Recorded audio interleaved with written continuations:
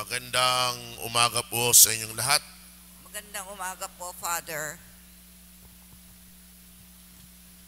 Sa ngalan ng Ama, ng Anak, at ng Espiritu Santo. Amen. Amen. Nabanggit ko sa inyo noong tayo'y nagsisimula ng ating Misa Aguinaldo na sa mga susunod na araw, ngayong Misa Aguinaldo, ipapakilala sa atin ang mga mahahalagang tao na may kinalaman at kaugnayan sa kapanganakan ng manunubos. Isa na doon ay ang mismong mga magulang ni Jesus, si Maria at si Jose. Ganon din si Zacarias at si Elizabeth na mga magulang naman ni Juan Bautista, ang mangunguna sa Panginoon. Sa araw na ito, narinig natin sa unang pagbasa ang isang propesiya mula sa aklat no propeta Sophonias, kung saan nabanggit ng propetang ito ang mga katagang, "Huwag kang matakot, Sion, huwag manghina ang iyong loob. Nasa piling mo ang Panginoong iyong Diyos, parang bayaning nagtagumpay. Nakigagalak siya sa iyong katuwaan. Babaguhin ka ng kanyang pag-ibig at siya'y masayang aawit sa laki ng kagalakan." Sa pamamagitan ng propesiyang iyan, na ngayon nagkakaroon ng katuparan sa ebanghelyong ating napakinggan. Bakit? Dahil ang Panginoon ngayon na nasa sinapupunan ni Maria ay dumalaw kay Elizabeth. At ganoon na lamang ang kagalakan ni Elizabeth, madalaw ng kanyang Panginoon. Nakatuon tayo ngayon sa babaeng dinalaw ni Maria na ang pangalan ay Elizabeth. Ano nga ba ang mapupulot natin sa babaeng ito na siyang magiging ina ni Juan Bautista? Dahil kung ating mapapansin, napakaiksi ng ebanghelyo para sa araw na ito.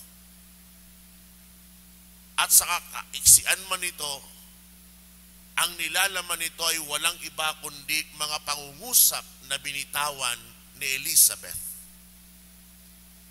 Ang mga pangungusap na ito ay sapat na para makilala at mapagpulutan ng aral ang babaeng ito.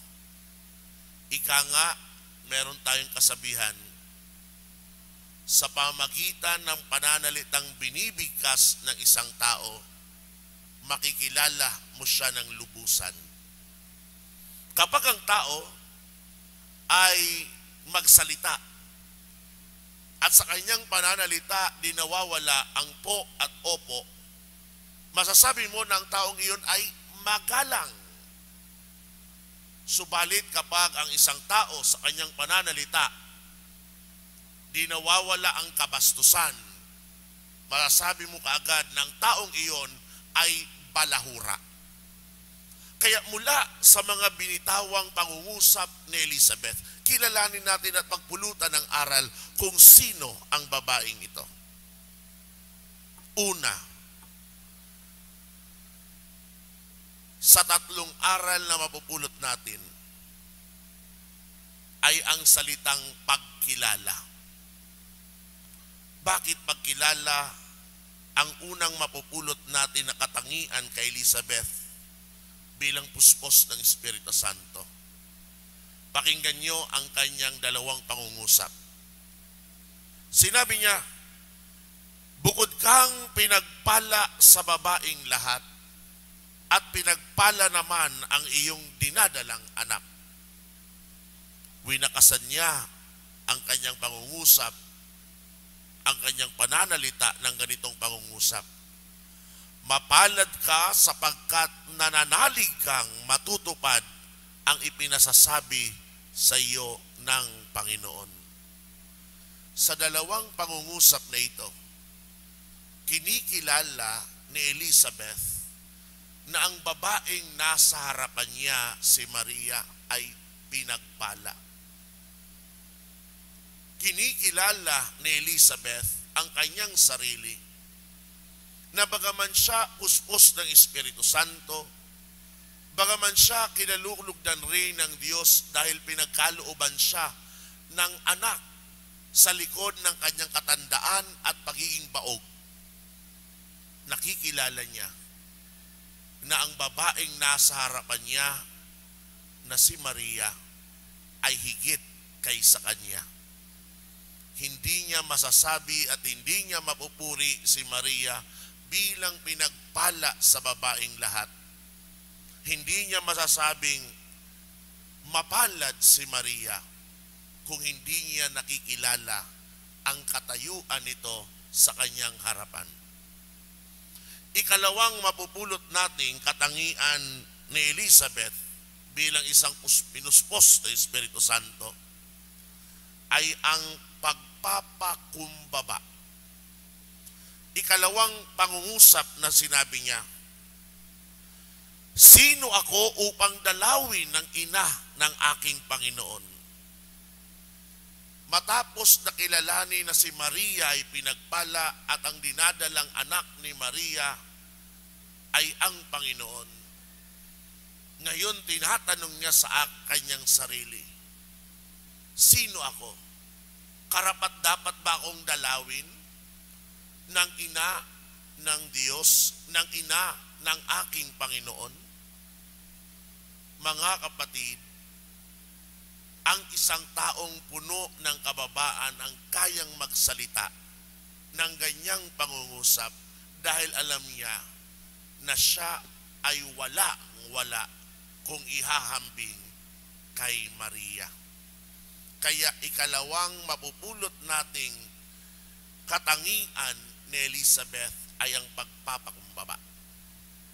Ikatlong katangian ay ang pagpapakatotoo. Bakit? Dahil ang ikatlong pangungusap na sinabi niya sa Ebanghelyo, pagkarinig ko ng iyong bati, ay naggagalaw sa tuwa ang sanggol sa aking tiyan. Hindi matago ni Elizabeth ang galak, ang katuwaan na kanyang naramdaman matapos mapakinggan ang bati ni Maria. Gayon na lamang na kailangan niyang itong sabihin. Nagpapakatotoo siya sa kanyang nararamdaman. Binabahagi niya anuman ang kanyang saloobin. Kaya mula sa tatlong katangian na ito ni Elizabeth, na una, pagkilala, ikalawa, pagpapakumbaba, ikatlo, pagpapakatotoo, magandang itanong sa ating sarili, nagtataglay rin ba ako ng mga katangiang ito? Para saan ang mga katangiang ito para suriin ang aking sarili? Mga kapatid, gamitin natin ang mga katangiang ito upang mas lubos nating malaman kung sino nga ba tayo sa harapan ng Diyos. Una, pagkilala. Maaaring madaling sabihin, kilala ko ang aking sarili. Pero tunay nga bang nakikilala natin ang ating sarili? Ang ating tinatawag na kagalingan, pero hindi lamang kagalingan, ang ating kakayanan, pero hindi lamang kakayanan, ang ating mga kahinaan, ang ating mga pagkukulang, ang ating mga kasalanan, kilala ba natin ang ating sarili? Halimbawa, kaya nating aminin na isa sa mga kahinaan natin ay tayo ay sinungaling? Kaya ba nating sabihin sa ating sarili na tayo ay hindi kayang tumanggap ng katotohanan at pagtutuwid? Kaya ba nating aminin sa ating sarili na tayo ay nagsasalita ng mga masasama tungkol sa ating kapatid? At marami pang uri ng kasalanan na maaaring ginagawa natin. Pero ang tanong, kaya ba nating aminin iyon? Dahil kung hindi natin kaya, ito ang hamon sa atin. Mismong ang dakilang pilosopo, Greek philosopher, na si Socrates nagsabi, know yourself. Kilalanin mo ang iyong sarili. Bakit? Dahil kapag di natin kilala ang ating sarili, di na tayo uunlad sa mismong pagkatao natin. Halimbawa, kung hindi mo kilala na isa sa kahinaan mo katamaran, kailanman hindi ka magiging masipag. Kung hindi mo kinilala ang iyong sarili na ikaw ay sinungaling, kailanman hindi ka magiging tapat dahil di mo inaamin ang iyong kahinaan at pagkukulang. Anumang kahinaan at pagkakasala na meron tayo, kung hindi natin yang kinikilala, hindi tayo uunlad sa ating pagkatao. Kaya ang ikalawa na binibigay sa ating aral, pagpapakumbaba. Mahalaga sa pagkilala ng sarili ay aminin ang ating kahinaan, aminin ang ating karupukan. Naalala ko tuloy, nang kami dumadaan sa paghuhubog sa seminaryo, isa yan sa mga hiningi sa amin. Dahil sa aming batch, marami kung tutuusin yung tinatawag na tapos na ng pag-aaral. Isa sa mga kasama namin ay graduate na ng Abogasya, isang Espanyol, isang Kastila. He is a lawyer by profession. Ang isa naman, Brazilian. He is already a medical doctor. Ang isa naman ay political scientist. Nagtrabaho na nga sa UN. At maging nabilang ako sa kanila, tapos na bilang ekonomista. Naalala kong palaala ng aming tagahubog sa seminaryo. Alam niyo una yung sinabi? Kalimutan niyo ang lahat ng mga alam niyo. Kalimutan niyo ang lahat ng mga pinag-aralan niyo kung nais niyong mahubog sa seminaryo. Dahil kung hindi mo tatanggalin ang meron ka, walang maidadagdag na kaalaman ng seminaryo. You have to empty yourself and allow the grace of God to enter on you. Mahirap sa una. Bakit? Dahil kailangan mong tanggalin lahat. Pero yun pala ay bahagi ng pagpapakumbaba. Kung nais mong matuto, kailangan mong tanggapin na nagkakamali ka. Kailangan mong tanggapin na may mga kulang tayo sa buhay para buuin. Yan rin ang paalaala ko palagi sa mga mag-asawa. Kung kayo ay mag-asawa, pero sabihin mo ng asawa mo ay perpektong tao, maling-mali ka. Walang sino mang perpektong tao. Kaya kayo nagpakasal dahil kaya nyo nang tanggapin ang kahinaan ng isa. Kaya niyong mahalin ang pagkukulang ng iyong kabiyak. Anumang kahinaan niya, tanggap mo na. Dahil alam mo sa iyong sarili na ang pupuno ng kahinaan mo ay ang iyong asawa. At ang pupuno naman ng kahinaan niya ay ikaw. Mangyayari lamang iyon kung merong kababaan na namumuhay sa inyong dalawa. Ikatlo na katangian, pagpapakatotoo. Ang isang tao ay hindi magiging totoo sa sarili kung hindi niya kilala kung sino siya.